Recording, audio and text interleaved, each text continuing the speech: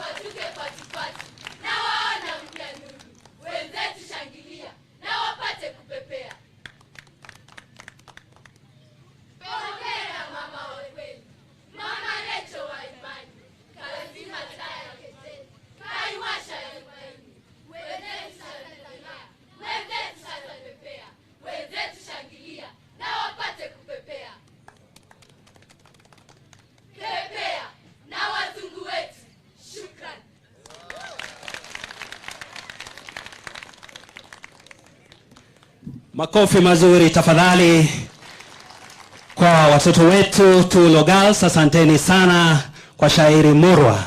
Niombe tafadhali ruhusa yako kwamba niwalete tena wana Ilula Integrated School. Special request from Ilula Integrated School ambao wako tayari sana to bring a presentation. Kindly find your way to the stage. Ilula tafadhali tuharakishe kwa stage. Muda wetu hauturuhusu sana, tafadhali kwa heshima.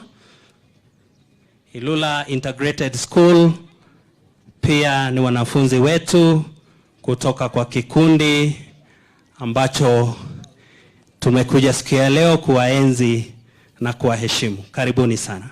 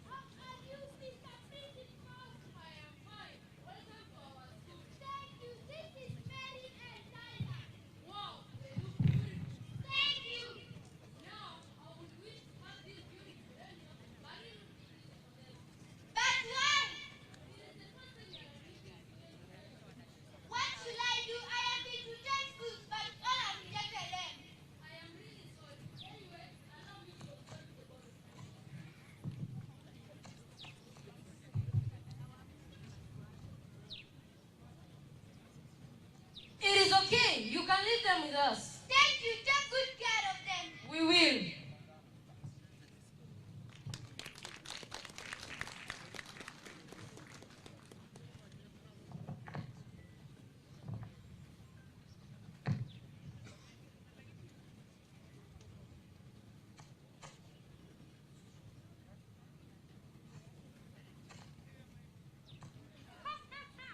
Guys, this is unbelievable.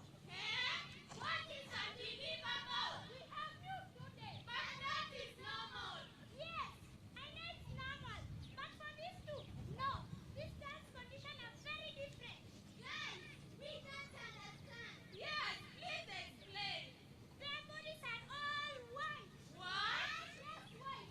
I mean their skin color is white. Their hair white. Even their nails white. I get red and also be white. When did Mexico admit such unique mammals to be part of us? I don't think they have the right to educate. I mean, what kind of school can admit such people? Why are they born like that anyway? Maybe it's a curse from God. We should stay away from them. That is true. They don't deserve our love. In fact, we should make their lives a hell. I agree. Let us do so before we get affected by their conditions. Wait! Wait! Wait! No! I'm tired of this filing. There's no need for me to leave anymore. I mean, we got through enough. Yes, we have, but we can't give up just yet. Why? Why? Why has all our life have been trouble? Ever since you landed on this house. What another question? Recording that? You delivered baby with premature skin cancer. How, mother? Ended up on street. This poor mother could not expect how cancer hit her.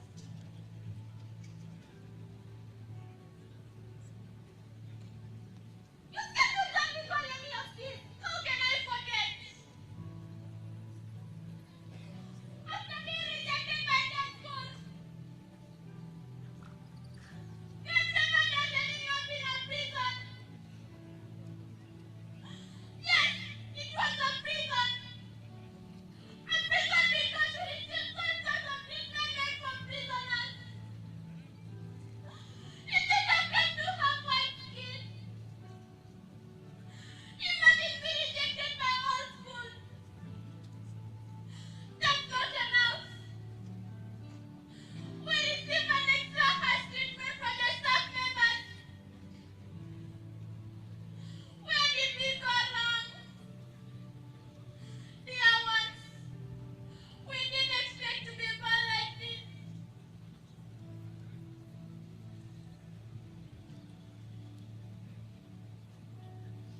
Nabila kami niwataka para hali tesa.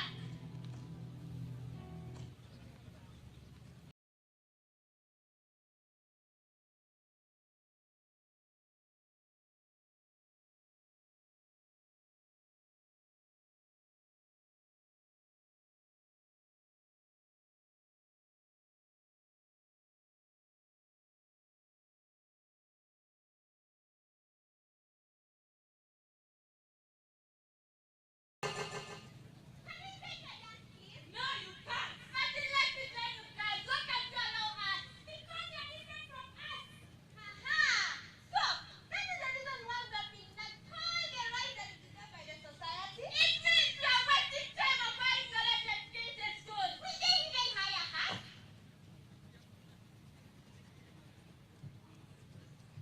Yes, we will employ you. Wow! We will also ensure that you have a very conclusive environment at your working place. So, that means we have the right to be employed. Yes, you do. You have to remember that you have all the rights in the society, just like any other citizen of Kenya. How come she done like that? Please, kindly go on. As the government and community at large, we love you. We are ready to support you and most importantly, to protect your rights. Thank you for the encouragement. What about chief guest. Yes, please tell us something about it. You are very special to us. Being born with albinism is not a curse. It is a blessing from God. And always ensure you protect your skin by applying sunscreen lotion. Put on long-sleeved clothes during sunny days. Put on long-sleeved clothes during sunny days. Don't forget your caps. And in case of any any burns on your skin, feel free to visit the hospital for skin screening. You deserve it. Yes, we deserve it. Written and directed by Dr. Christian. Performed by Lula Intelligence Center. Featuring Lula Integrated School. See you.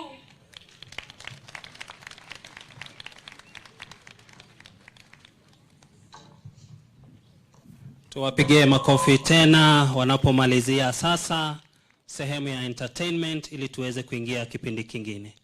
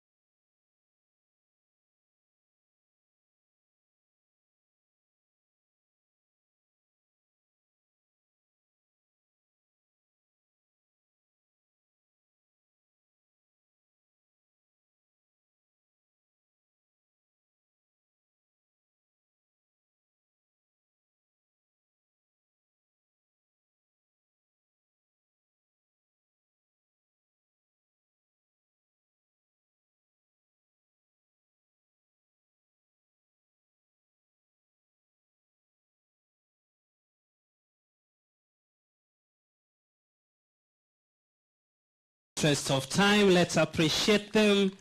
Thank you so much, Ilula Integrated School, for such a presentation. I also wish to recognize the Eldoret School for the hearing impaired who are present with us. Mahali mulipo tufanye hivi. Asanteni sana. Thank you for joining us in this occasion. For the interest of time, Your Excellency, may I request that we transit to the speeches session.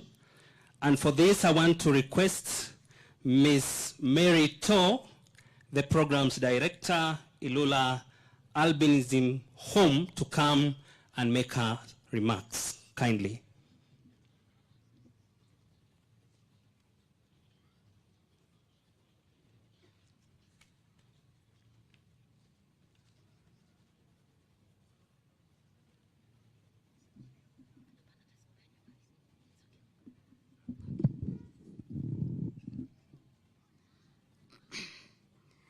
Your Excellency, the First Lady, Mama Rachel, all protocols observed. My name is Mary Kipto. I'm the director of Ilula Albinism Center. This is a program that supports children with albinism. I'll just take a minute to request all the children we support in our program and those who have gone through our program. Kindly stand very fast because of time. You can just move in front. Let's have all the children who go through our program. Kindly, if you are around, just stand and wave. Yeah, we have several children we have come with. We also have children, now they are youth who have cleared schools and colleges, and they're also here with me. This program we started in 2008, and we've done many projects, programs in the Republic of Kenya, but finally we decided to come to Eldoret and do a home. This is a home away from home. This is where the children access education and other basic needs. But during holidays, we encourage the children to go home. We in fact make children to go back home to their parents, guardians, so that they can be able also, so that they don't lose touch with the community. They can still retain the roots. That's what we do in Ulula. And before I proceed further, I know I have a minute, I would like to appreciate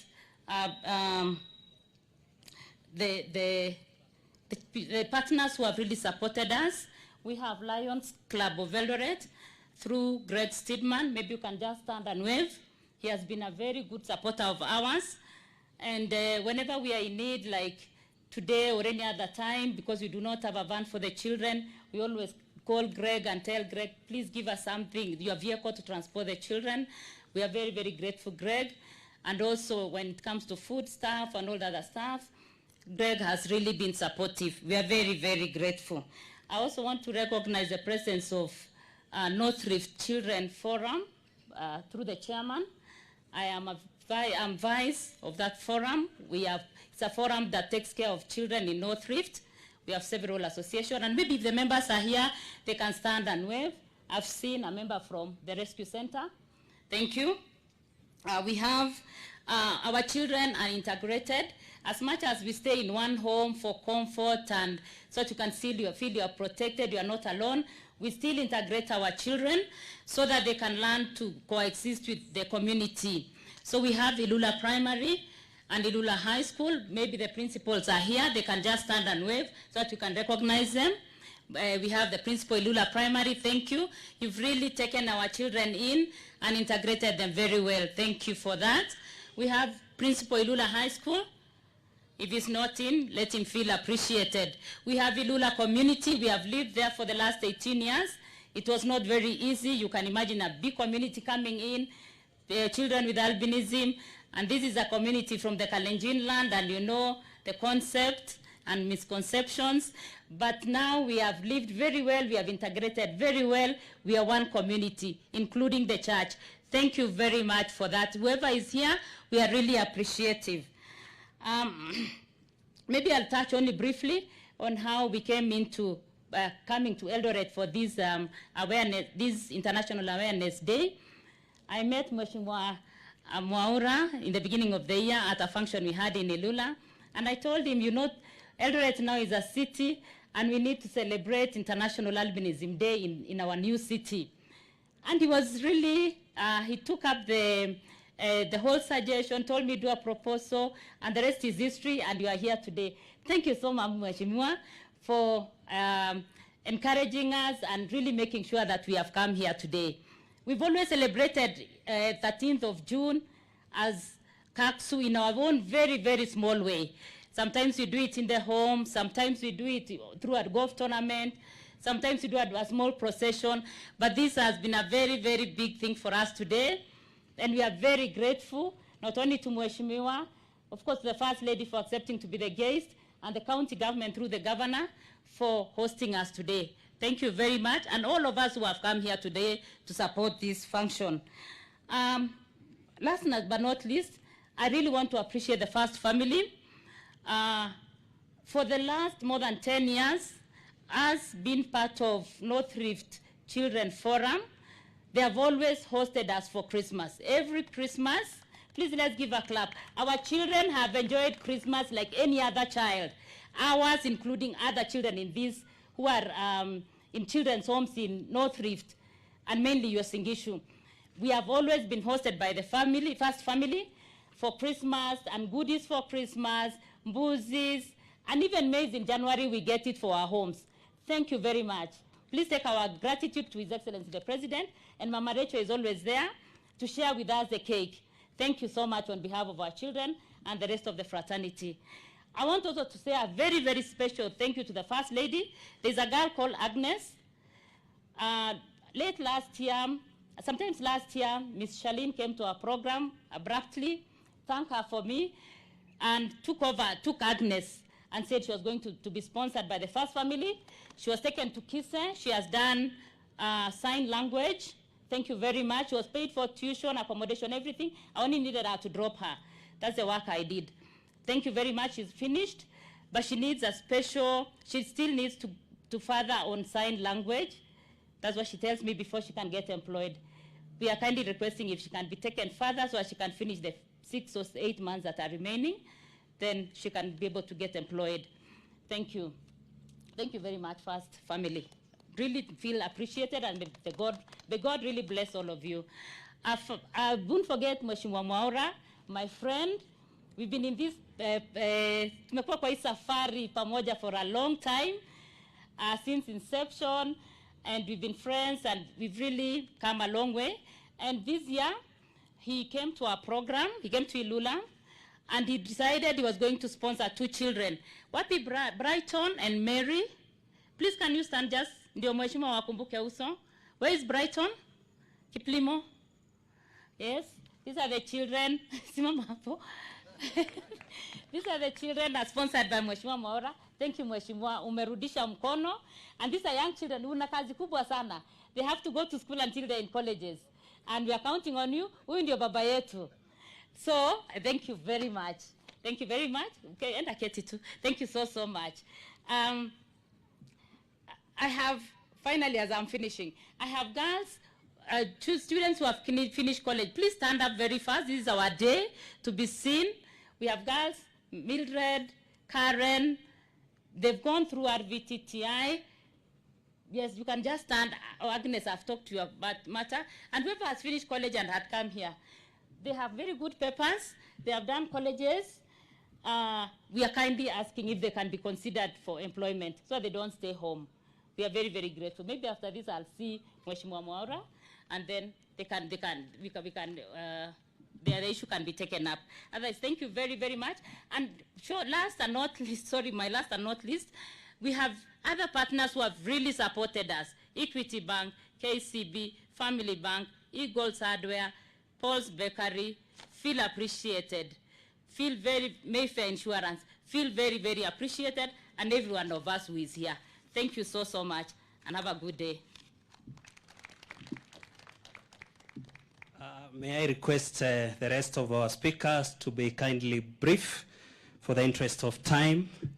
May I request the next speech to come from Mr. Daniel Omeno, who is the representative Albinism Society of Kenya.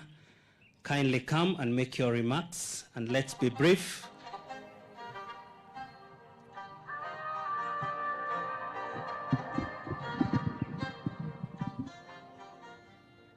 Thank you very much. Her Excellency, Mama Rachel Ruto, Government Spokesperson Honorable Isaac Mwaura, our Governor of Uasin Gishu County, and all protocol observed. I take this opportunity to thank you for coming here this day as we celebrate International Albinism Awareness Day. My name is Daniel Omeno, working at Albinism Society of Kenya. Albinism Society of Kenya was formed in 2005, and we have the people who thought it good to start this organization, including our able government spokesperson, Honorable Isaac Mwaura, and Alex Munyiri, who are here today. We celebrate them for the good work they have done since they started this organization. Before the organization started, there have been so many things that have happened for persons with albinism, including killings and even rituals from our neighbor country, Tanzania, and other countries. But since then, we can celebrate and say that we are heading somewhere, and we are somewhere actually. I'll talk about Albinism Society of Kenya. Albinism Society of Kenya, we have programs that we do run. We have awareness creation.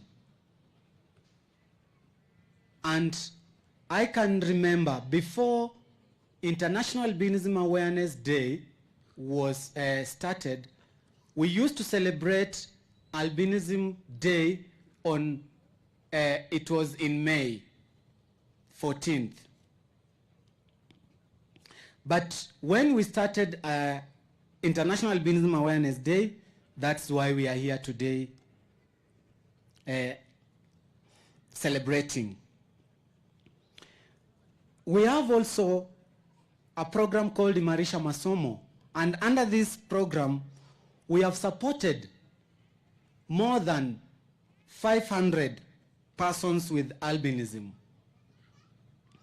We realized that when a mother gets a child with albinism, a father runs away, and it becomes difficult for this mother to take care of this child because of that stigma. And that is why this program was started. Her Excellency, we have another program that is Linda Afia. Linda Afia, this is a program that comprises Linda Macho and Linda Ngozi. Linda Macho, we understand very well that persons with albinism can't see very well. And that is why we have been in collaboration. We work hand in hand with the National Council for Persons with Disability to ensure that persons with albinism get prescribed glasses so that they can be able to learn and be able to be like others. Under Linda Ngozi, we have also worked together with National Council to ensure that persons with albinism, once they get skin cancer, they are diagnosed with skin cancer, they are able to get treatment through National Council for Persons with Disability. So we say thank you for National Council for Persons with Disability, ensuring that any person with the albinism who has skin cancer get treatment. We have another program that is Nisikilize. Why did we start this program Nisikilize? Nisikilize is a program under guidance and counseling. We realize that young families, once they get a child with albinism, they have so many challenges how to take care of this child. And at some point, you find out that the father runs away if they don't get that psychosocial support. And that is why Albinism Society of Kenya decided to start this program to ensure that we talk to the parents so that they may know that to get a child with albinism is not a curse, but is just a condition. We have also had another program called Jisimamie. And under this program, Jisimamie, we realized that persons with albinism cannot get job employment, they cannot get employed. And we have been lobbying for them to get these jobs. For those of you who are here, you will agree with me that even some of you, you have gotten your jobs through Albinism Society of Kenya. And we appreciate all the companies that have employed persons with albinism.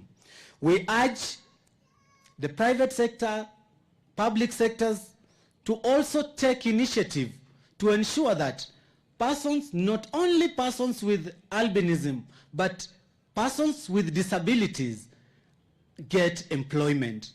If persons with disability get employment, then we will build this economy. To wind up, I would urge the government to ensure that persons with disabilities have dignity. Persons with disability have jobs. I would like to take this opportunity also to thank our President Ruto for making sure that he has signed the law under persons with disability. And that is a mileage. That is, we have won. As we celebrate this day, International Albinism Awareness Day, we know we are in the safe hands when we have our able President, Ruto. And we take this opportunity, I take this opportunity to thank Mama Rachel Ruto to accept coming here, celebrate this day with us. Kindly, can we just give a hands of clap for our First Lady for accepting to come and celebrate with us.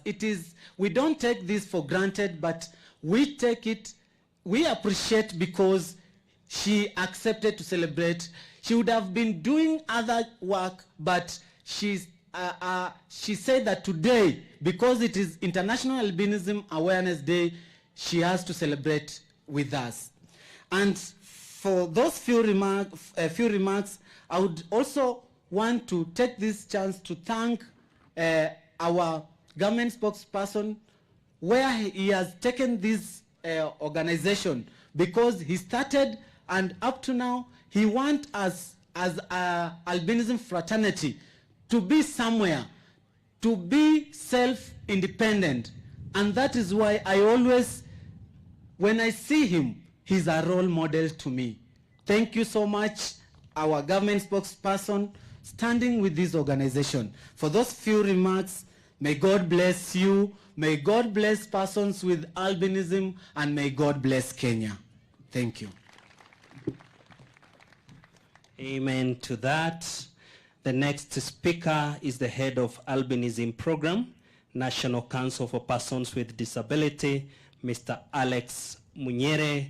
Kindly find your way to the stage and let us be brief. DJ.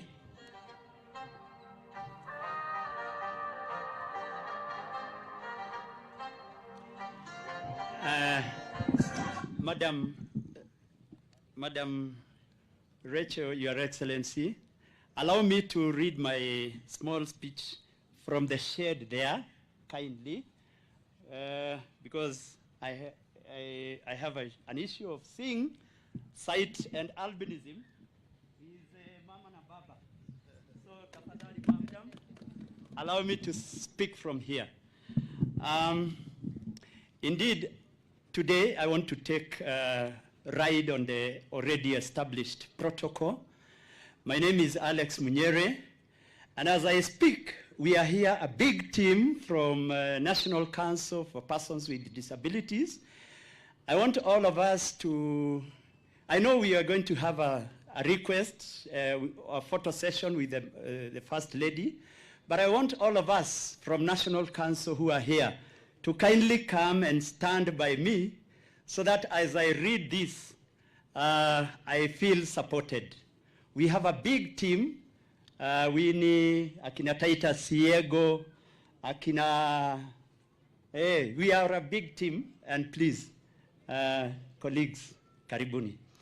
Madam, Your Excellency, my name is Alex, as I said. I am the founder chairman of Albinism Society of Kenya. Indeed, we founded the society when Mheshimiwa Mwaura was a student at KU. And we brought him on board and we tapped on his talents. And you can see what we have right now. Madam, I also want to acknowledge our chair of the board, Madam Chesang. You can remain seated. Madam, you'll be called later. But these are the staff members from National Council for Persons with Disabilities. I know we are going to have a photo session, so when we are called, please, to kuje. But albinism is defined by lack of pigment in the skin or the eye, commonly known as melanin. Albinism is acquired through inheriting a gene from both the parents, and I want to repeat, Madam Rachel, both parents. The father must contribute the gene, and the mother must also contribute for a child to be born with albinism. Mostly, wazee huwa wanatoroka wanasema hii ni kwenyu. So the fathers must contribute. Otherwise, if you didn't contribute as a father, then it becomes a recessive and you don't get albinism. Most deaths of persons with albinism occur through skin cancer. Yet, we know of all the cancers in the country and in the world, skin cancer is the easiest to treat, madam. Imagine all the cancers are inside, lung cancer, cervical cancer, and all of them, they are inside, but skin cancer is on the surface. So there is very good intervention from the doctors, and the protection that we clamor for is the sunscreen lotion. Now, madam, we had prepared a table for you to go and see the sunscreen lotion, and maybe we will have a session where we'll request you to present some sunscreen lotions. But for persons with albinism, sunscreen lotion is equivalent to insulin for a person who is diabetic. Now, if your survival depends on sunscreen lotion, then you can see that we cannot do without sunscreen lotion, and we cannot do without protective clothing. About 20 years ago, a few leaders of persons with albinism, I included, requested the government to support by providing sunscreen lotion and even zero rating tax on sunscreen lotion. This request was given.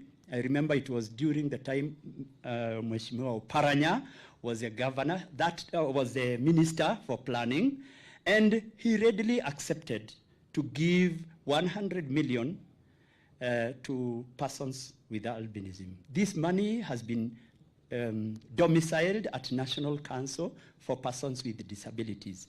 And by God's favor, by God's favor, I was appointed to head this program. Madam Rachel, I want to take this time to thank all those who stood to fight for this fund, including people like, of course, Mheshimiwa Mwaura. He was vibrant and energetic. I even remember the time the petition was being tabled in Parliament. We were seated with him and Lupita Nyong'o at the Speaker's Gallery.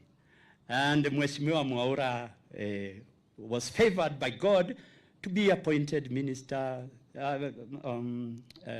MP, sorry, not minister, MP, and then senator, and later on government spokesman.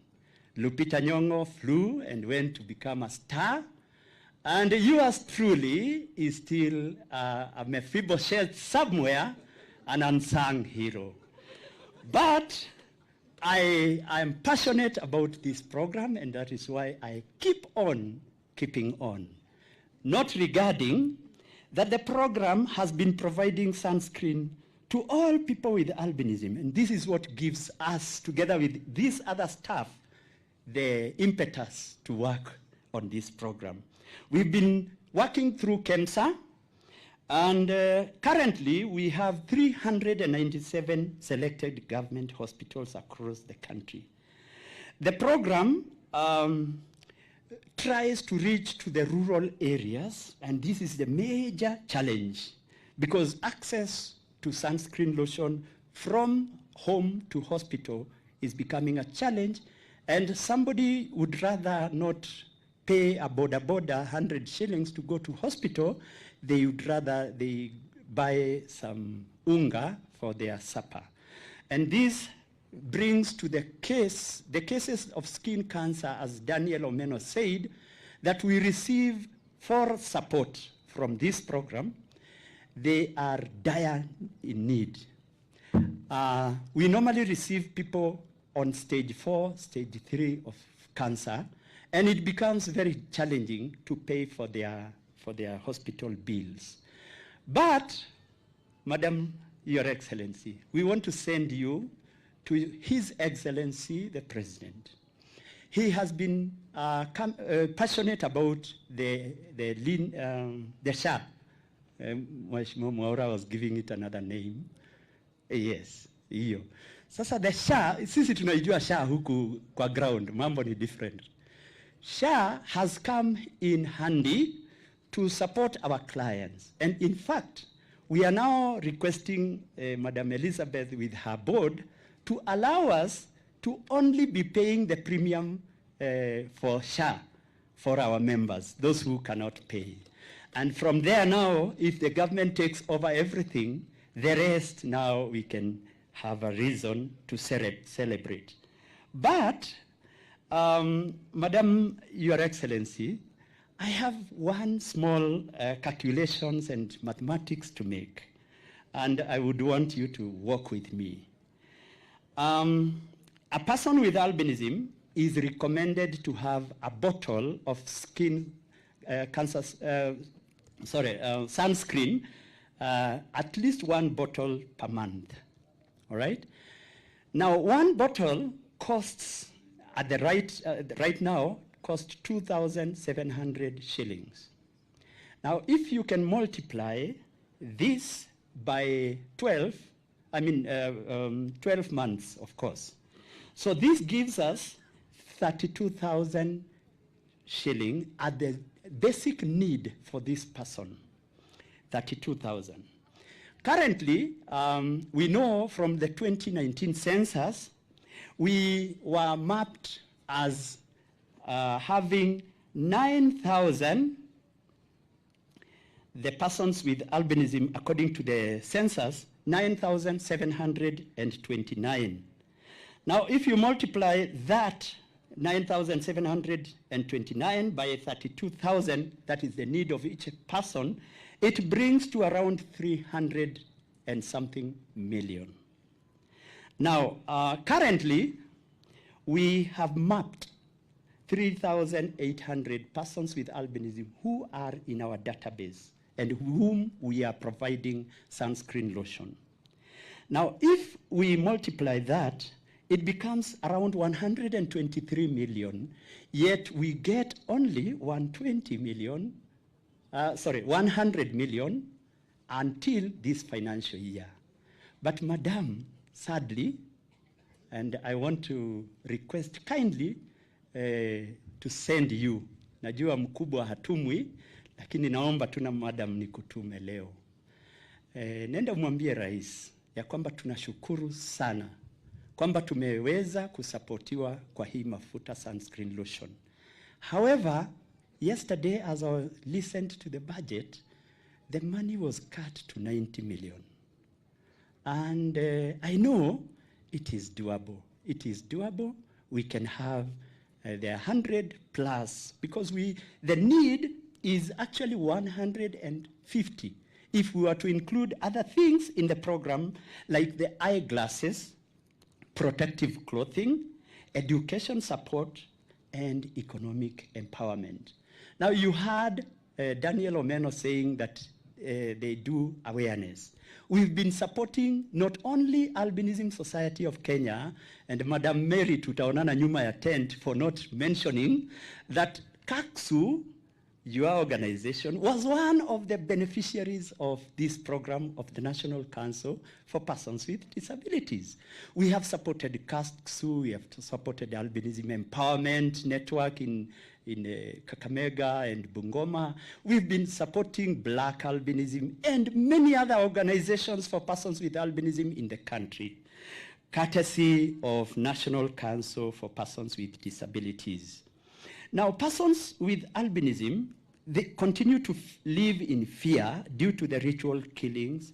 And Madam, this may seem to have been solved, but we still continue to be called names. And we want us to be vigilant so that once anybody calls us a name, and we want to thank the President for signing the new Disability Act, because that one is going to give the National Council the teeth to bite. The other day I was telling people that now, because we have a new law, we are coming for you. Wale ambao wanazoea kutunyima haki, we are now coming for you, courtesy of Mheshimiwa Rais. In fact, I was telling my brother Mheshimiwa Maura, government spokesman, wacha watu waseme, lakini sisi katika disability fraternity, we have all reasons to celebrate His Excellency because of the good things he has given us. Now, finally, because I'm being tapped, the council has all to thank the leadership of this country. Why? Because it is out of the leadership of Kenya Kwanza that Mheshimiwa Maura was given to be the government spokesman. The council, we don't take it for granted, and especially persons with albinism, we don't take it for granted. Now, we want to celebrate today with other persons with albinism who have made to break the ice and become champions in this world. Today, there is a guy called Jairus Ongeta. Si mnamjua? Jairus amepata gold medal juzi, courtesy of awareness hii tunafanya. 2017, we had one girl called Goldalyn Kakuya. She led all persons with everybody in the country, including persons with albinism in KCPE. So generally, I want to leave at that celebratory note that we are celebrating the gains that persons with albinism have gained. And we want to really thank even Governor Kotimoja, allow me to call you that, because that is what I've been hearing, because you even employed one of us, Mumbi, and I know from today, ukichukua hii microphone, utasema hata mwingine na mwingine. In fact, we also want to thank you because you've supported a lot of persons with disabilities, including our deaf community. Thank you, Governor. Thank you, everybody. And thank you, my colleagues. Wapi Yego? We are here because of ndugu Titus Yego. Titus Yego, when everything, tukasema hata Mary alikuwa request, lakini nikauliza Yego, huko Uasin Gishu tutapata reception? Akaniambia, twende. Akapigia governor. Governor naye tukakuja, tukawa na mkutano. Governor akasema, can I call a guest for you? Sasa tukasema ndio. Kumbe saa ile alisema ni Madam Rachel. In fact, he called you when we were with him. Haya, sasa tukasikia tumefurahi. Mimi, I cannot hold my emotions because Madam Rachel, I am a believer of the word of God. And there is a story of Esther in the Bible. One time, that guy, the cousin to Esther, asked Esther, maybe you are in that state house for a time like this. Maybe, madam, you accepted to come out of the blues. You didn't know us. Maybe you knew Mwaura, namna hii kidogo. But maybe you came because Mwaura has never told you these stories, so that you listened from the horse's mouth. And maybe you are there for a time like this, ili hata utusaidie kurudisha hiyo 10 million na kuongeza ingine kidogo. Bwana asifiwe. Amen.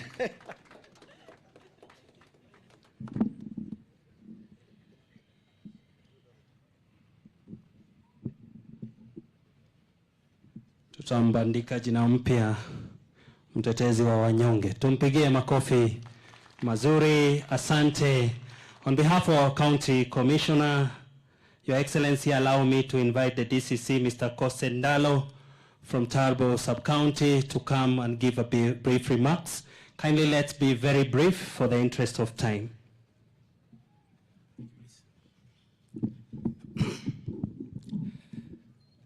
Excellency, the First Lady, who is our chief guest today, and further riding on all the protocols already in motion, allow me, on behalf of the national government officers here, to welcome you most sincerely to Uasin Gishu County, the home of champions.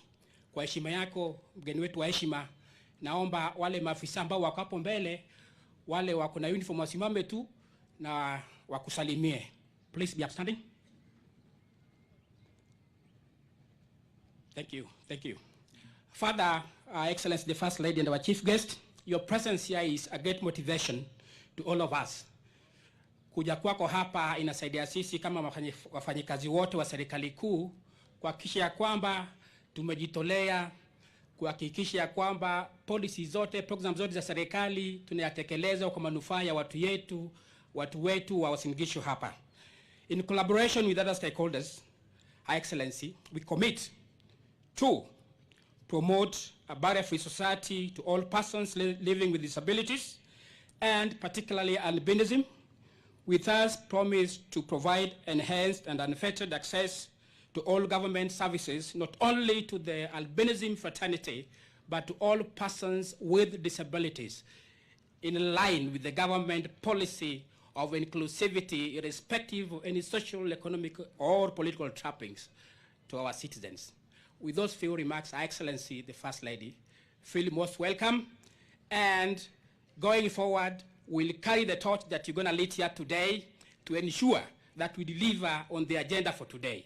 Wakati wowote, 24/7, we welcome you back to the County of Champions. The Chairperson, National Council for Persons with Disability, Ms. Elizabeth Tesang, to also come and make her remarks. DJ.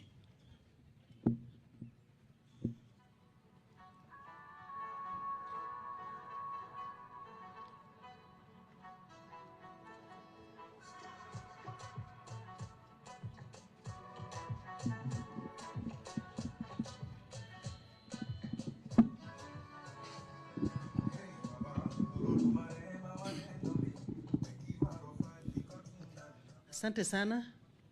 Hii ni siku muhimu sana ambayo tunafurahia. Kwanza ningependa kushukuru Her Excellency. Thank you for coming. It's a great support. I also want to thank our governor for hosting us. It was not easy to get a venue. It was a long journey until we reached here. We are very grateful.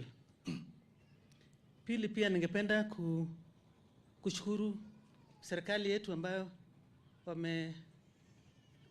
wametusaidia sana, hasa upande wa kusign act ya disability ili tuweze kutambua rights ya person with disability. Hiyo imekuwa kitu ya muhimu sana katika serikali yetu. Tunashukuru sana. Naomba Excellency tupeleke shukrani zetu kwa rais wetu.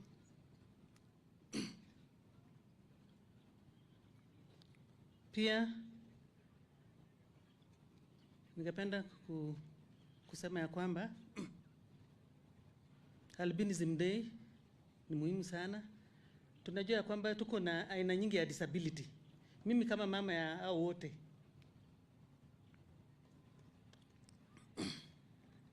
napenda kuomba pia community muweze kuwasaidia kwa njia yoyote, kwa njia ile. Katika council tuko na mambo kadhaa nyingi ambayo tunafanya kusaidia hawa. Hata mambo ya education pia tunapatia grants, hizi advisors. So in that case our resources they need to be increased. Hiyo ndio tunaomba pia, it's a request. Kwa sababu person with disability there is so much that they need. Nafikiri sina mengi ya kusema sana. Nashukuru, thank you.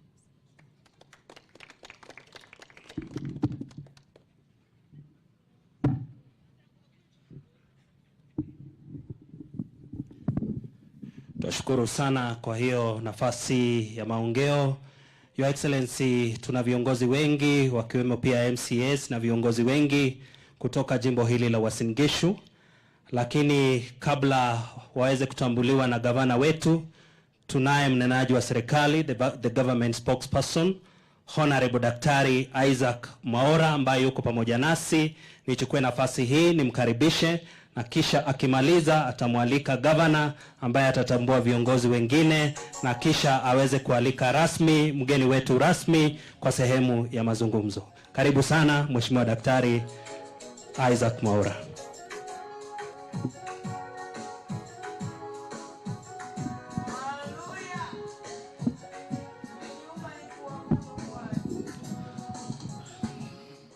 Bwana asifiwe. Hebu simameni kidogo, wale mnaweza kusimama kidogo. Simama kidogo, simama kidogo. Salimia watu watatu wanne, isipokuwa first lady ndio tutasema tu sisi kwa sababu yeye mgeni waheshimiwa. Salimia watu, waambie ninajivunia kuwa mzungu. Najivunia kuwa mzungu, na umuulize sikiza, ngoja kidogo DJ. Umuulize, mimi ni Mkenya mzalendo. Je, wewe? Muulize hivyo. Mimi ni Mkenya mzalendo. Je, wewe? Uliza watu wawili watatu hivyo. Mimi ni Mkenya mzalendo. Je, alafu malizie useme mimi ni Mkenya mzalendo daima. Mimi ni Mkenya mzalendo daima. Basi ketini.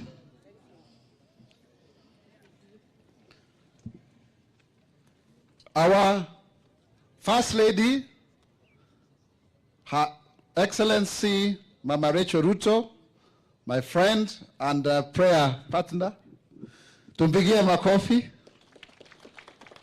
Our Governor Chelilim, koti moja. Sijui kwa nini leo hauna koti, lakini uko na kofia, naona umeingia upande wetu, mkiwa na First Lady wako wa hii county, Mama Mrs. Chelilim, na viongozi wengi ambao wako hapa. Tuko na ACC wetu, tuko na chair wetu wa National Council na all the staff there, tuko na CEC, tuko na MCA, Bishop ambaye ndiye chair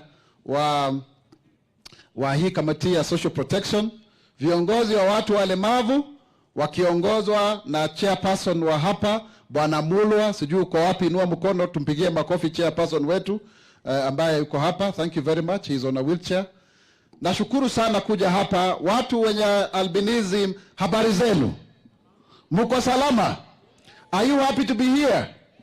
We are really happy to be here, Mama Rachel, for kindly accepting to be our chief guest, and having spoken to the governor, and later on when we met with you at the State Lodge in Homa Bay. And we discussed about this, and you gave me the assurance that you are going to come, and today you are here with us. Let's clap for her.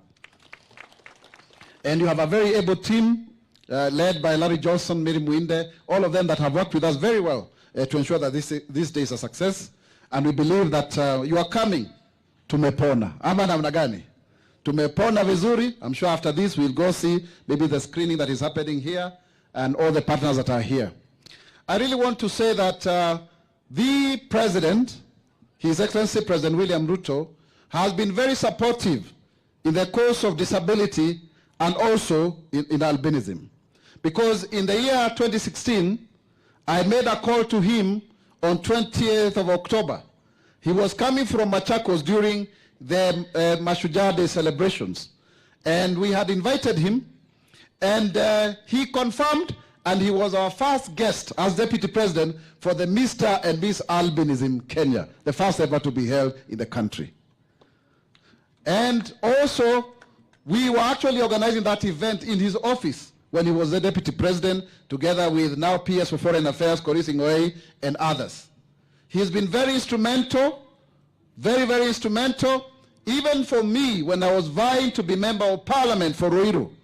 He is the #1 person who supported me financially to pursue my ambition of being a Member of Parliament. And in 2017, together with the then President Uhuru Kenyatta, I was nominated to be a member of the Senate, a senator. So mpaka wa leo najivunia kuwa senator kwa sababu ya hiyo. I had a dream myself one day that I would be the first legislator with albinism. It came to pass.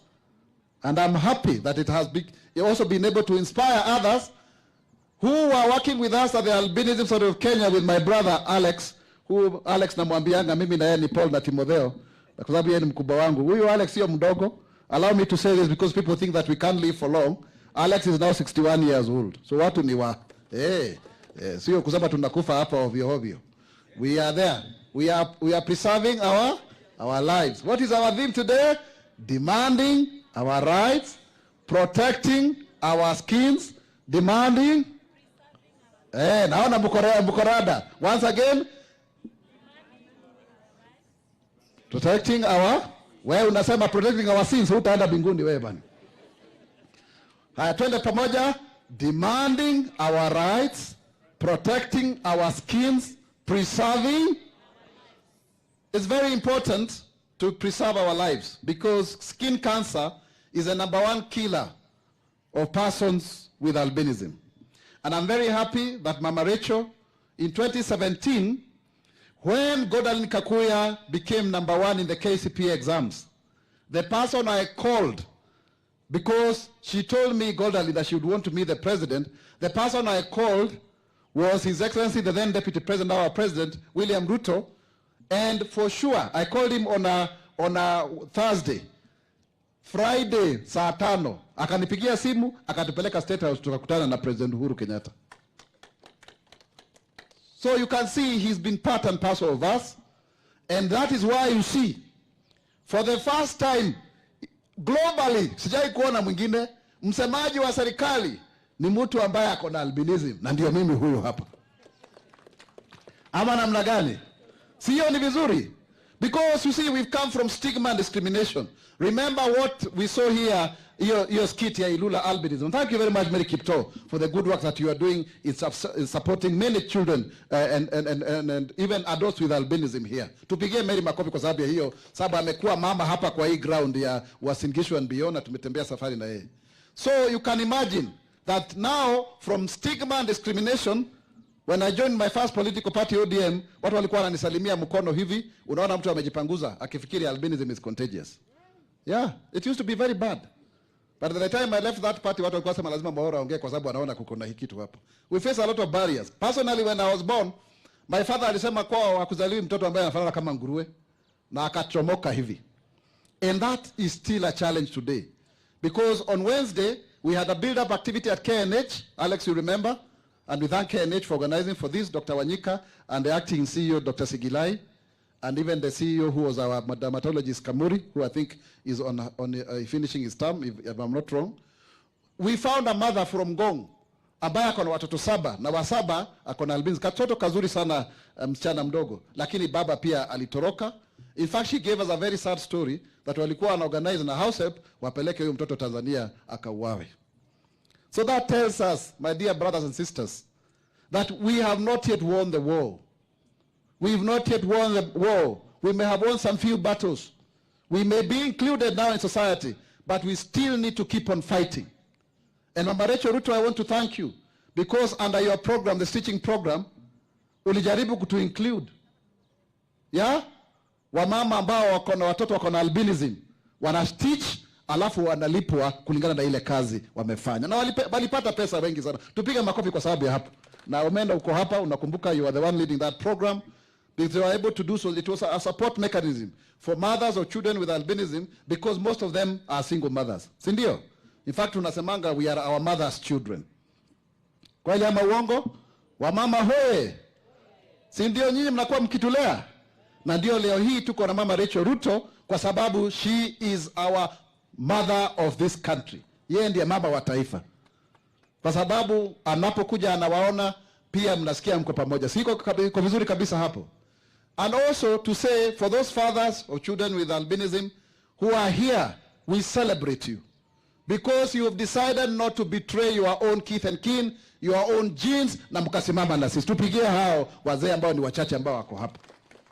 Nakumbuka tukiwa huko na Professor Nyang'o, who is my political mentor, tukiwa Kisumu huko, alafu kuna mzee mmoja anaitwa Nyakundi. Akatuletea watoto wake watatu wako na albinism.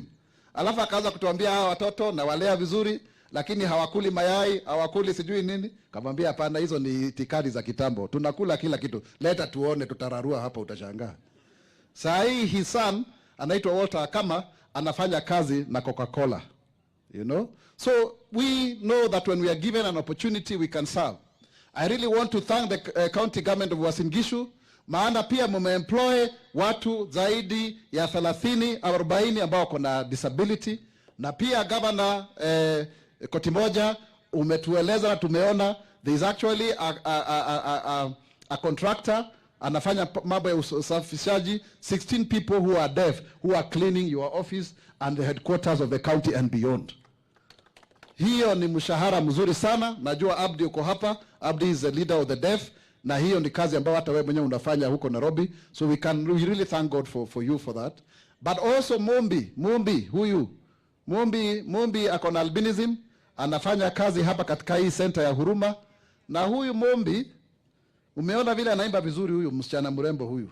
Sijui kama ulipata bwana kwa sababu wewe ni mrembo sana. Lakini Mumbi, I'm proud to say this. I hope this is not being sacrilegious. Tunaangalia Biblia sana. But I'm proud to see you singing kwa sababu wimbo yake ya kwanza ambayo alirecord, I am the one who sponsored for her to do it. Na leo hii si unaona anaimba vizuri kabisa. Na ametuambia I'm black but yet I'm white. Persons with albinism suffer from what we call in-betweenness. Okay? Black but not black enough. White but not white enough. Blind but not blind enough. Disabled but not disabled enough. We suffer from that in-betweenness. And we had a very serious debate which category to belong to. But I'm happy we have chosen that we are persons with disabilities and we are proud to be such. Nimesikia watoto wakiongea hapa wanasema kwamba ati sasa tumepata waziri tumebakisha rais. Hiyo ni mambo mazuri sana. Maybe one day we'll have a president with albinism. Ama namna gani? Lakini dia Mama Rachel bado hiyo waziri haijaingiana bado. Tungeomba ama namna gani? Si tunaweza? We break that glass ceiling, si ndio? We have the first minister with disability, with albinism, whichever. We will be happy to see that. Mimi nilinusia kidogo, nilinusia kuwa CAS ambao ni assistant minister, lakini ilibwagwa na kotini. But we are happy that the face and the voice of government is a person with disability. That we are very happy about. Sijawahi kufanyika, na nimekuja kujua kwamba uongozi ni polepole. Ukikimbia sana utaanguka kama wale wengine walianguka, mnawajua ni akina nani. Lakini ukienda mwendo wa aste utafika pale juu. Let me now turn my focus to really request Your Excellency, Mama Rachel Ruto, that we are very proud that our president is a champion for reforms at the AU.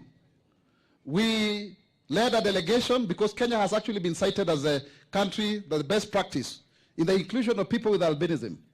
And it is true because when we formed the Albinism sort of Kenya in 2006 with Alex as our chair, I was voted as a vice chair, still a student at KU, so young people, you can have an opportunity. But at the same time, for purposes of registration, I was registered as a treasurer. However, for gender balances, we went and looked out for one lady, Mumbi Ngoge, who was practicing privately as a lawyer, and we are very proud to say that she is now a Court of Appeal judge of the Republic of Kenya.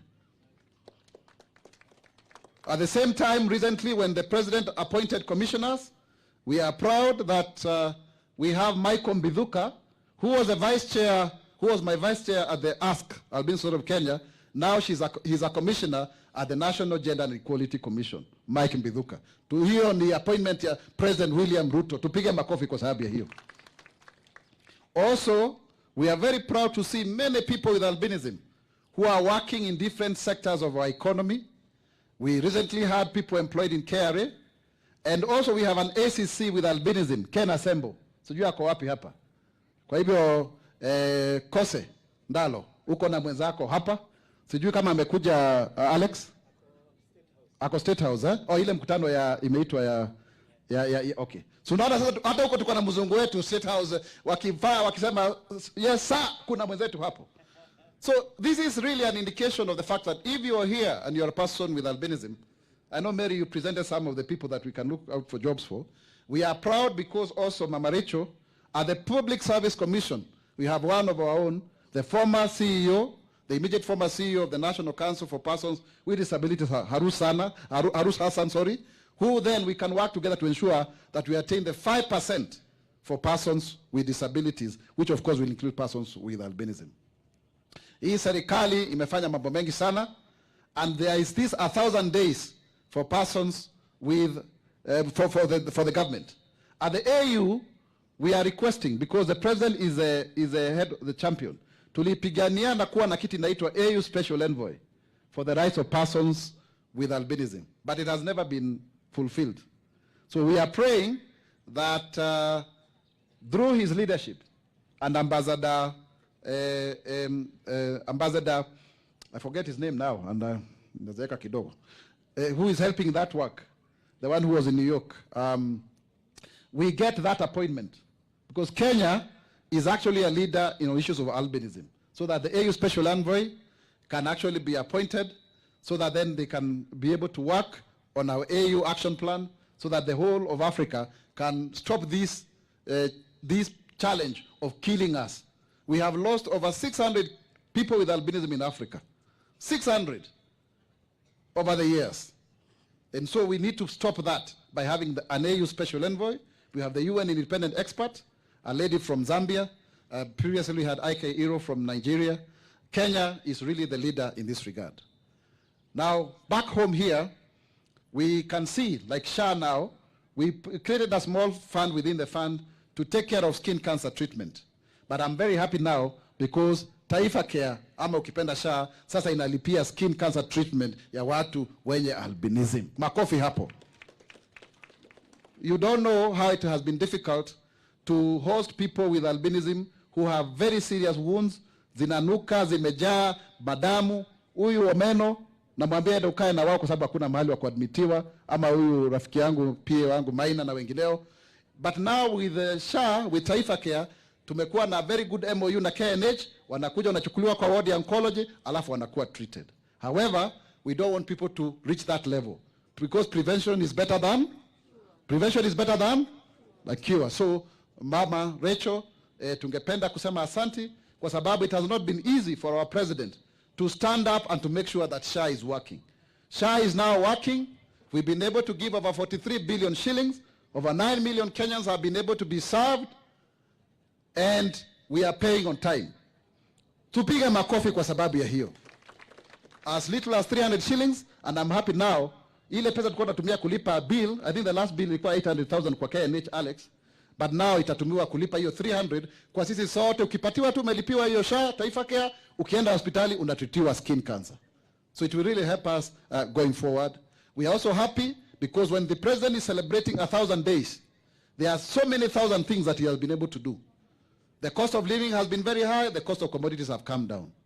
If you look at the GMR, guaranteed minimum return, kama kahawa, ilikuwa 50 bob, sahi kilo moja ni 148 kwa mkulima. Paka hapa Uasin Gishu, kuna ile seedlings inapatianwa 200,000, ndio pia watu waanze kupanda kahawa hapa na Trans Nzoia.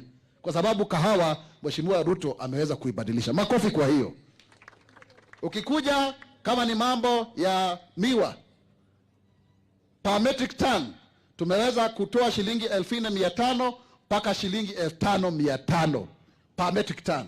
Na ile area zilikuwa kwa factories 5.6 billion, 600 million tumelipa workers ambao walikuwa factory ndio waweze kupata pesa zao, ili watu waweze kufaidika. Ukiangalia kabisa mambo ya unga, hiyo tushajua. Below 150 from hiyo ilikuwa uko juu kwa sababu ya hii mbolea from 7,000 to 2,500. Ukikuja kama ni mambo ya jitume hubs, tumetengeneza 238 across the country. Hii wiki tumekuwa na PS wa TVET kwa sababu niko na program mpya inaitwa Semana Spokes Bonga na Gava, where I'm hosting senior government officials kuja kuambia watu kile serikali imefanya. Na tayari tumeweza kuincrease TVET from 300,000 students to 700,000, an increase of 130%. Hiyo si ni maendeleo? Ukikuja kama ni mambo, ukiangalia kabisa mambo ya Hustler Fund. Hii Hustler Fund tulisema 50 billion. Saa hii tumeweza kupatiana 70 billion to 25 million Kenyans. Makofi hapo. Kama wewe umefuliza tafadhali ulipe, lakini pesa iko ama haiko? Iko kwa Hustler Fund. Na tayari tunafanya hii mambo ya economic empowerment tukiongozwa na Deputy President akisapotiwa na President na wabunge wetu. Tutaendelea kuja ili tuhakikishe kwamba mambo ya bottom up imefanyika. Wale wengine wanasema hapa nini, kazi yetu ni kuhakikisha kwamba serikali inawasaidia wananchi. Tukifanya economic empowerment, tunasikia shida za wananchi, tunatatua, tunasaidiana, tunasonga mbele. Kwa hivyo, wajua kazi yangu ni kuzungumzia na kutetea serikali. And I want to tell you, because I have walked the journey with His Excellency the President, we can never have a better president than President William Samoei Ruto. Na tutasimama na yeye kidete, because we share in his vision. He is number one. In fact, when I grow up, I want to be William Ruto. Sababu anafanya kazi, mnamaliza kazi usiku, asubuhi ameamuka, paka amesacrifice, ndio hii nchi iweze kubadilika. Na amesema he is going to make difficult decisions for this nation. These decisions are painful, but they are transforming this country. And I believe, sifanyi siasa lakini nilikuwa mbunge na nilikuwa senator. Mimi naamini mambo ya two-term. Tunasema two-term, 10 bila break, kazi bila break. Hapo ndio tuko. Two-term, 10 bila break, kazi bila break. Two-term, 10 bila break. Mtanikubali tu niongee hiyo, siwezi kukosa kusema hiyo. Kwa sababu by the time the president, Mungu akipenda, aingie term ya pili, akikuja kumaliza, atakuwa tunashukuru sana kwa ile mambo ambayo amefanya. Right now it may be difficult for you to see, lakini mimi naona from where I have an opportunity, because I sit in many meetings, kwamba we are going in the right direction. Kama sio ile decisions that may make, we would have even been worse. Na hawa watu ambao wanasema budget yetu ni budget ya mwananchi. Hatujaongeza ushuru wowote kwa mtu yoyote. Budget yetu finance bill ni ya kuhakikisha wale ambao wanadanganyana mambo ya lipa kodi, wamelipa kodi. Hii finance bill yetu ina make sure kwamba tunatengeneza kazi. Kazi ziko nyingi sana. Kama hii affordable housing, pia iko na nyumba ya watu wenye ulemavu. At only 3,900 shillings now you can afford to own a home. It has never happened in the Republic of Kenya. Hakuna serikali ambayo imewaajiri walimu wengi 76,000 kwa wakati mmoja. Yale madarasa ambayo tumejenga kama serikali 23,800. Nani amesha kusikia maneno kama hayo? Na mwisho Januari tutaemploy another 24,000. Mwezi ujao tunaemploy askari 10,000. Yeah.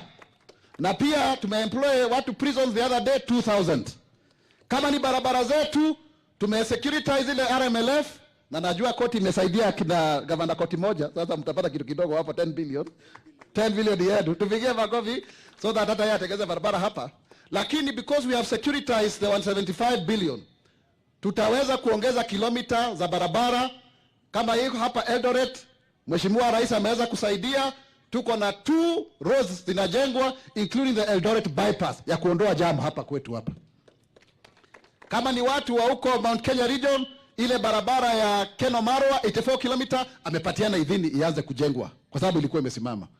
Sasa tungependa nini watu wangu? Tuwe wavumilivu.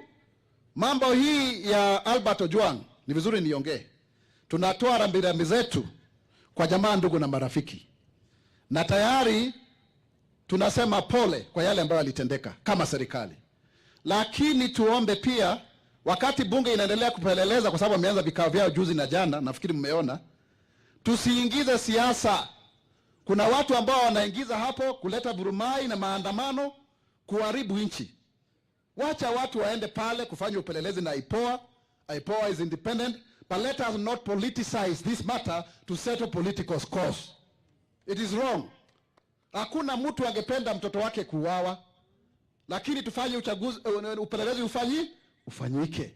Kwenda kubomoa. Sasa Sakaja, governor wa Nairobi, ametutengenezea dustbins ndio mji ikuwe safi. Tumeona watu wakirarua hizo dustbins, wakipigana, wakichoma magari. Hiyo ni kweli ni haki kweli? Tuzungumziane, tuongee. Pale shida iko tutatatua. Our president is a listening president and he is ready to hear what we have to. Na yeye mwenyewe akituongoza ameshatoa rambirambi zake na akasema kama kuna polisi haya yote ambaye amehusika wachukuliwe hatua. Si ndio? Si iko sawa kabisa? Kwa sababu kuna watu wanaweza kuwa hapa chini wanaharibu maneno huku juu.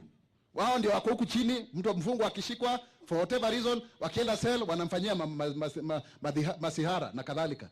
Sasa president atajuaje akiwa huko juu? Si lazima wao wakuwe accountable. If you do that, kwa sababu yes, anaweza kuwa alikuwa amewekwa pale kwa sababu ya vile alikuwa ameaccused ama whatever, but wale ambao walihusika, let us be clear that the instructions have been given, the directive is clear that we shall leave no stone unturned until we get justice for Albert Omondi Ojwang. That one is for sure. Otherwise tusonge mbele, kwa sababu tunaona kuna wenzetu hapa wa upinzani ambao wanaanza kusema tukue na another revolution tarehe 25, sijui ni holiday. Pana.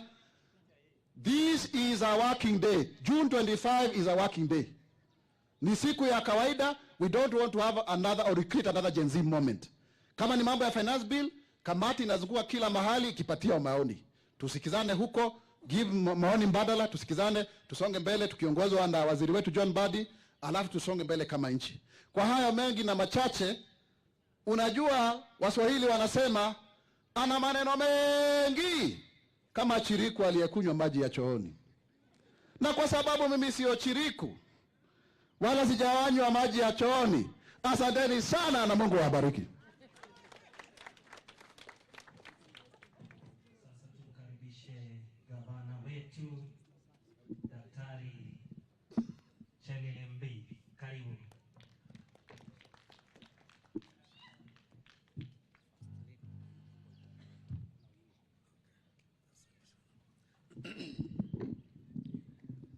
Asante sana government spokesman. Umeongea yote ya serikali.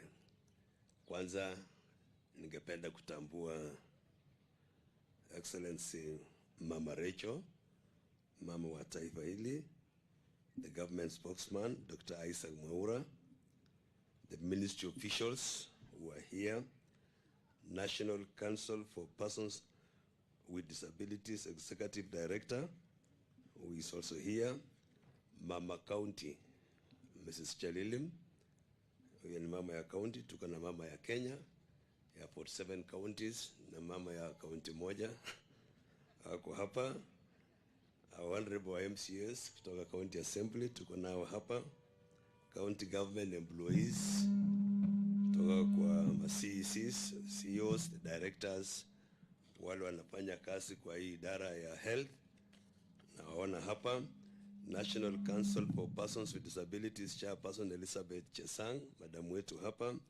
institutions, invited guests, na wote ambao tumefika hapa. Habari wazungu.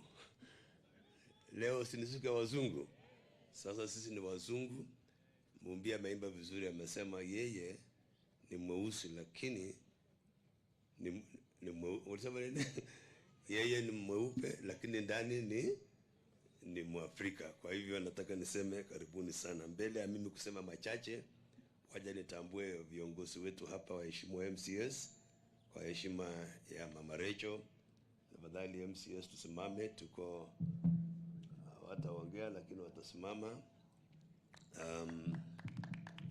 Tujue mheshimiwa MCA wa hapa anajiita Simba ni moja, lakini nilimwambia wewe umekuwa panya leo because tumekuja mbele yako na mheshimiwa mama wetu, lakini asante sana Wanjoy, umetukaribisha. Tuko na Bishop, tunamuita Bishop wa MCS na ni Bishop ya ukweli, MCA kutoka Mosbridge. Tuko na MCA wetu ambaye na represent wa Lemafu, Cherumba sako hapa. Tuko na MCA kutoka Sargoit, ndugu yetu anaitwa Sha, jina lake ni Sha, na juzi mambo ya Sha ilipokuja amepokea simu nyingi sana. Anaambia mwambie Sha asante kwa kunilipia so atapata kura bila sababu.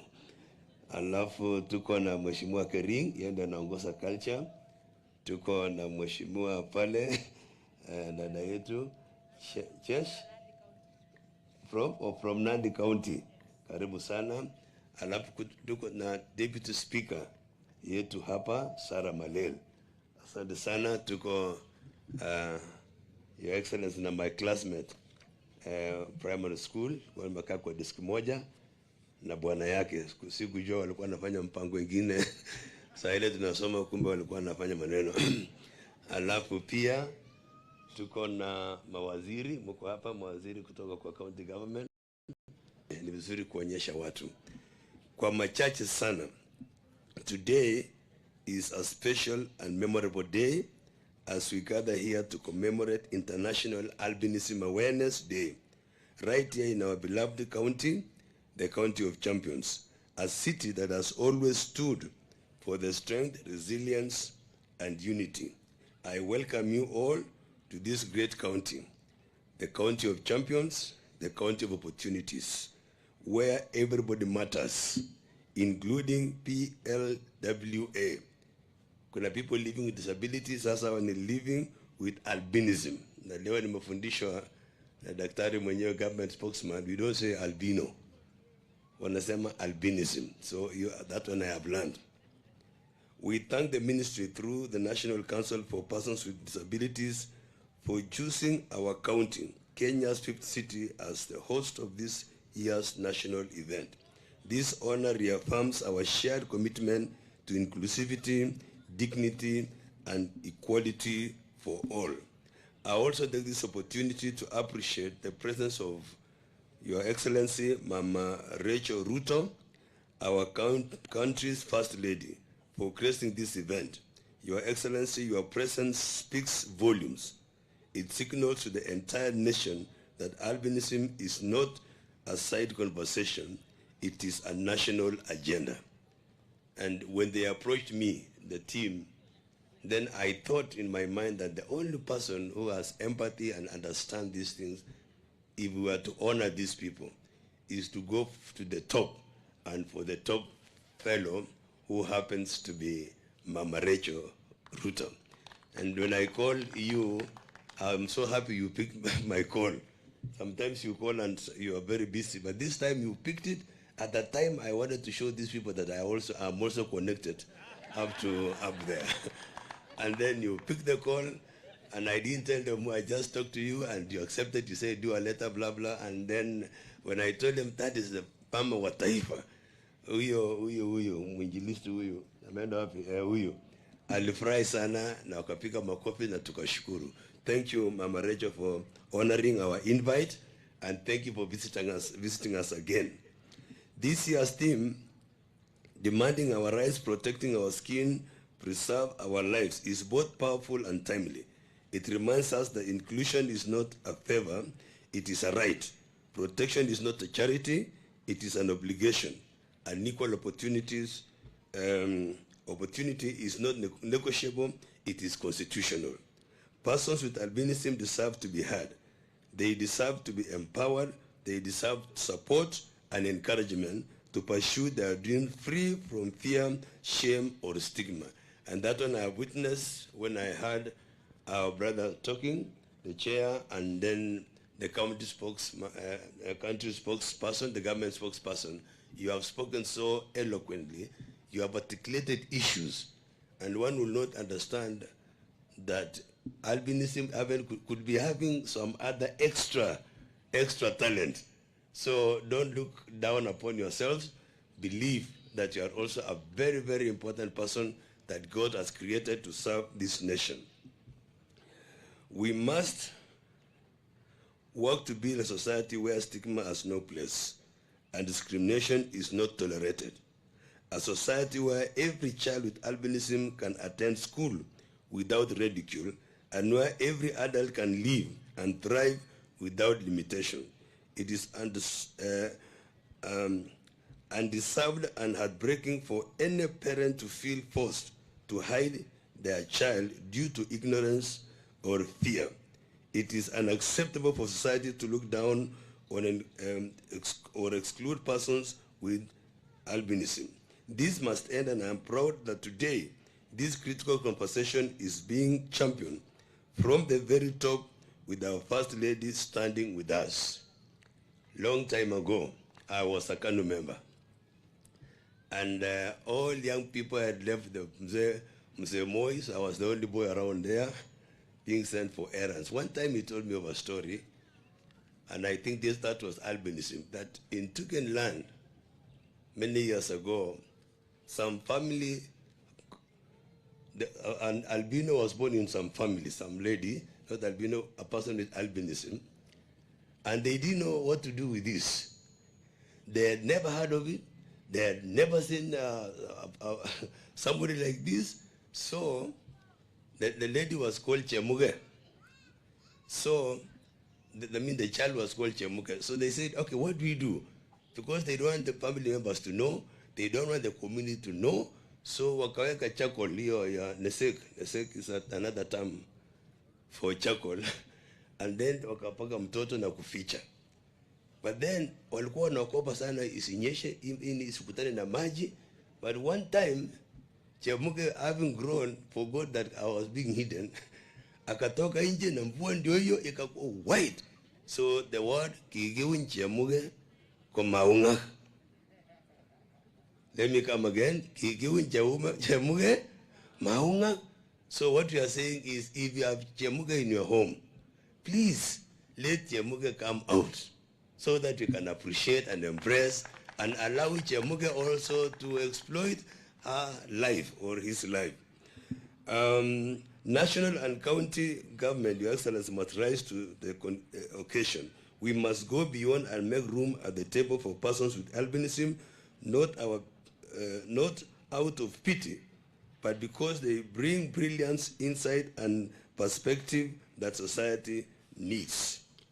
In that spirit, I applaud the recent enactment of the Persons with Disabilities Act number 4 of 2025, signed into law by His Excellency President William Ruto. This law is a national promise to see, hear, and include. As a county, we are ready to lead. We are establishing mainstreaming units in every department, tied directly to our performance contracts. We are forming county disability advisory committees because true inclusion demands representation. Your Excellency, we are working closely with disability groups to help them register and benefit from services such as assistive devices, sun protection greens, health care, and psychosocial support, tools that affirm dignity and promote independence. At our own county headquarters, you will witness inclusion in action, and the government spokesman has witnessed that, and as he has talked about it. The deaf community, proudly contributing to the cleanliness and operations of our offices. I recognize and appreciate them in a very special way. And I've had an engagement with them. You should know what it feels to sit with people who you cannot hear what they are not even talking, but they use sign language. And I've had a conversation with them. And Janet, who is here, our language, where is Janet? she knows how to say those things, and you see, they are very happy. Where are you? You know, kumbe wanasikia namna hiyo, hii watu wanasikia ama nyinyi mnaonaje? So they are very happy. And sometimes I have had time with them. It is also good to come out and to have a lunch with them or something like that. And they are people also, and they are very important people. And a person is a person because of their people. Let us remember that our strength is our unity, our dignity is collective. Your Excellency, before I conclude, last year, you had the honor of officiating the opening of Mama Rachel Ruto Maternity Hospital. Since then, the facility has become a regional landmark, renowned for its exceptional service delivery. We are proud to report that it has successfully facilitated over 2,600 deliveries, and the numbers continue to grow. I don't know what happened last night and now, but kusaa hapo ni kasi inaendelea kweli kweli. Na Mama Rachel, sijui uko na baraka gani, ulikanyaga pale wa mama wameshikwa na roho. Ile roho na hamu ya kushikwa mimba, ama mimba kushika mama, ama kushikana na mimba. Huko sasa kazi inafanyika.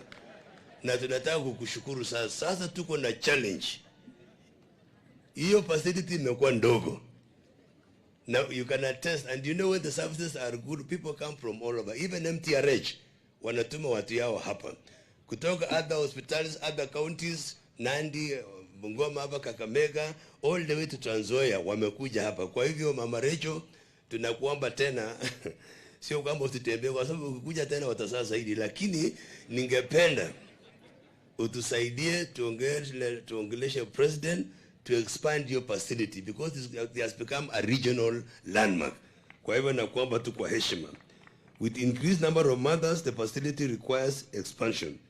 With utmost humility, we warmly invite you to visit the hospital today if you have time, to witness firsthand its impact on ongoing operations and in cooperation with the Social Health Authority. Na tumesema you have to register with SHA. Uasin Gishu tuko sasa namba 19. Hatujakuja vile tunatakiwa. We are the county of champions. Tumeregister over 400,000 persons, but we still need more because we are 1.2 million people living in Uasin Gishu. And I want to pray that our MCS, together with me, our local leaders, our national leaders, we are going to plan a very serious campaign day ya kuhakikisha kwamba kila mtu umeregister kwa SHA. Na if you don't register kwa SHA, wewe unajiumiza bure. Kuna watu wamepona. We have testimonies of people that SHA has really helped them. One had 1.3 million bill. SHA ikalipa 1.1, akabaki na 200,000. Ndugu yetu mwingine akakuja akamaliza hiyo. Mwingine alikuwa anadaiwa Ban Forest 500,000. SHA ikaclear kila kitu. Mtu hakuamini amelipiwa. Kaambia wewe umepona, enda. Ni vile Yesu alisema shika vitu vyako kwenda nyumbani, umepona.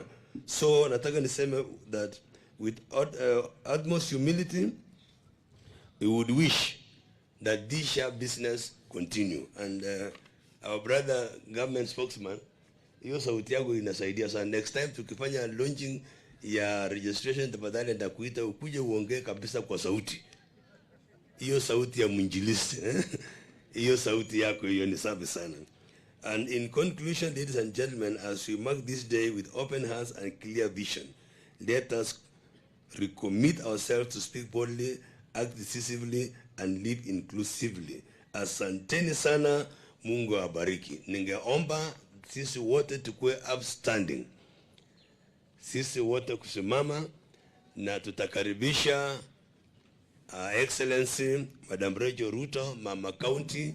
Nasikia kuna wimbo inakuja na italeta ya pole pole. Hiyo wimbo tafadhali wenye wanaimba. Haya sasa.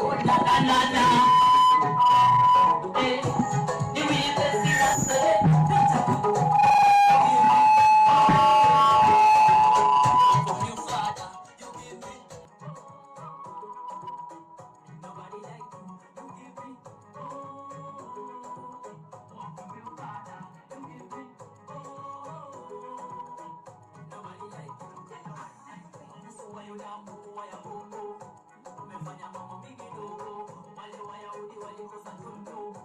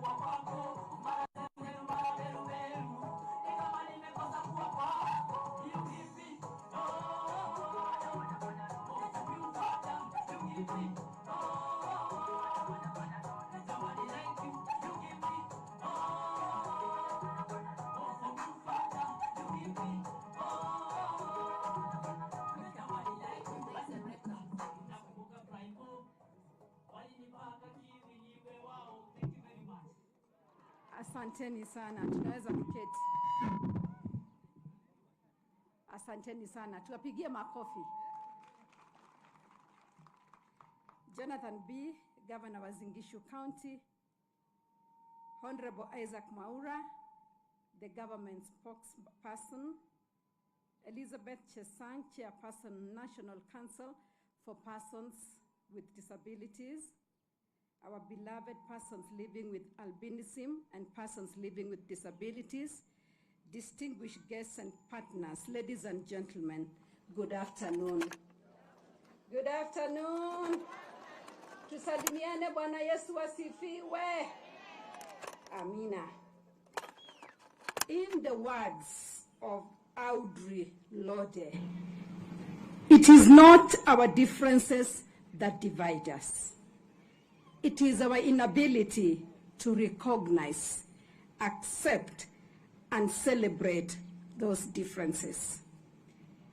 We are gathered here today in Uasin Gishu County to mark International Albinism Awareness Day 2025 under the theme, Demanding Our Rights, Protect Our Skin, Preserve Our Lives. This occasion calls on us to celebrate one another, irrespective of our differences. Receive warm greetings from our President, His Excellency Dr. William Ruto. He is a steadfast advocate for an inclusive Kenya, passionately working to ensure that every citizen has a voice and equal opportunity. His commitment to fostering inclusivity in our society was notably highlighted through his recent assent to the Persons with Disabilities Act on 8 May 2025. This legislation is designed to promote, protect, and advance the rights and dignity of persons with disabilities across Kenya. It reflects our collective commitment to uphold the values of inclusivity and respect, which are fundamental to our nation. Since the United Nations proclaimed 13th June as the International Albinism Awareness Day in 2014, nations around the globe have been called to protect the rights, health, and dignity of persons living with albinism. This year's celebrations remind us that inclusion is more than a slogan. It is a commitment to action. Inclusion demands that we break down barriers to education, employment, and participation. As former President Thabo Mbeki said, the true measure of human rights lies in how we treat our most vulnerable members. This powerful quote summarizes the essence of our duty to nurture and support those who may not have a voice in our society. It serves as a reminder that our progress as a nation is reflected in the care and opportunities we extend to our most marginalized members. I believe it's vital that we continue to advocate for changes that uplift everyone, particularly those who are often overlooked.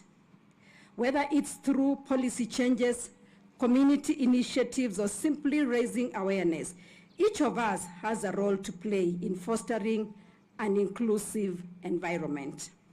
By prioritizing inclusion, we can build a stronger, more compassionate nation that celebrates diversity and empowers all individuals to participate fully in society. Ladies and gentlemen, our children, neighbors, and colleagues living with albinism all contribute richly to our communities and deserve a Kenya that champions inclusivity and fairness. It is essential that they have the opportunity to learn without fear, advance in their workplaces based on their merit, and feel fully accepted and embraced. This is not merely an act of kindness, but a fundamental right that we should all advocate for. The challenges faced by people living with albinism are not just personal. They reflect a societal issue that requires our collective action. Together, we can work towards dismantling the barriers that hinder their progress and erode their dignity. Let us promote education and awareness to challenge stereotypes and misconceptions surrounding albinism. By fostering an environment of acceptance, we can help ensure that everyone, regardless of their appearance, is treated with the dignity and respect they deserve. I firmly believe it is our shared responsibility to cultivate a society where everyone can thrive, where differences are not just accepted, but celebrated. I applaud the National Council for Persons with Disabilities and the Kenya Medical Supplies Authority for distributing sunscreen free of charge to over 3,800 registered Kenyans through health facilities.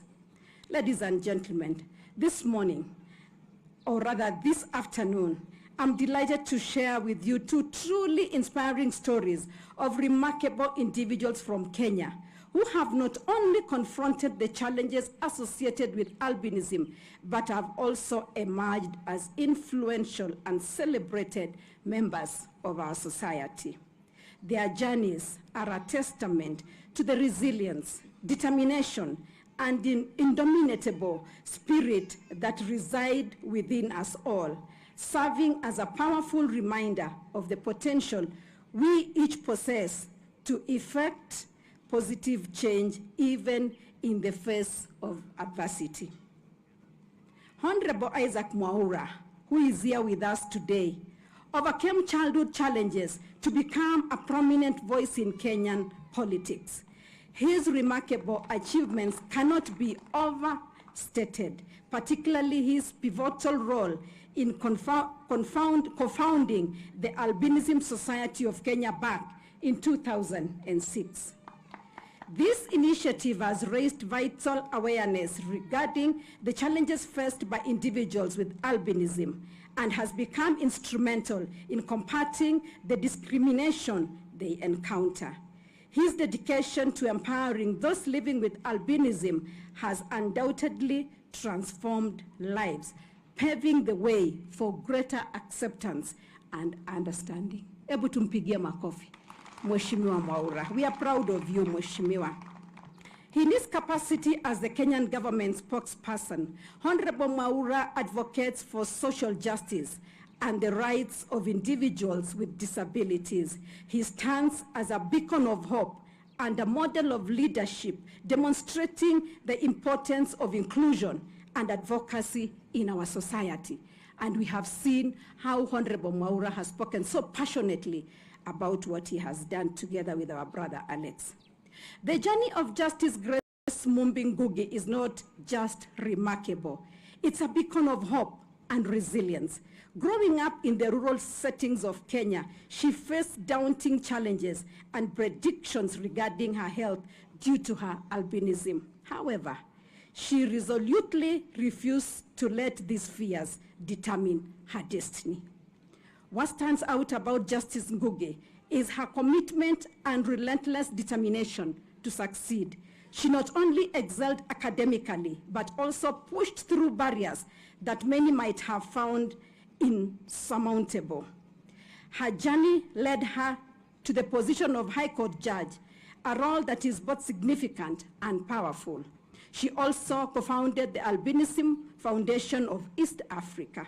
This foundation is pivotal in advocating for those with albinism, showcasing that with support and opportunity, we can overcome societal challenges.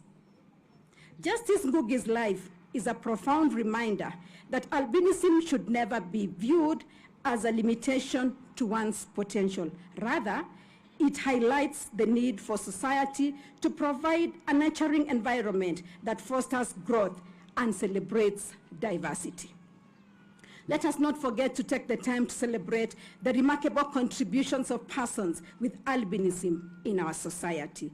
They bring invaluable talents, insights, and strengths that enrich our culture tapestry. By acknowledging and appreciating these contributions, we foster a sense of belonging and encourage others to join us in this important journey. Ladies and gentlemen, Kenya will thrive when we embrace diversity and extend our support to all members of our community. It is crucial that we continue to embrace persons with albinism, recognizing their unique experiences and perspectives. Let us challenge the stigma. Let us challenge the stigma that has been associated with this community. They have been rejected and discriminated for far too long. Let us arise to advocate for their rights and safety. Together, I'm confident that we can create an environment where everyone is valued and respected, not just in our words, but in our action. God bless you. Mungu awabariki. Asanteni sana.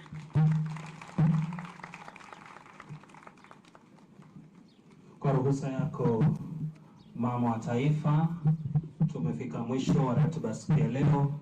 Niombe tuweze kukamilisha na wimbo wa taifa tukiongozwa na Immaculate Heart Juniorate ambao wako tayari sasa. Kila mmoja wetu asimame kwa wimbo wa taifa.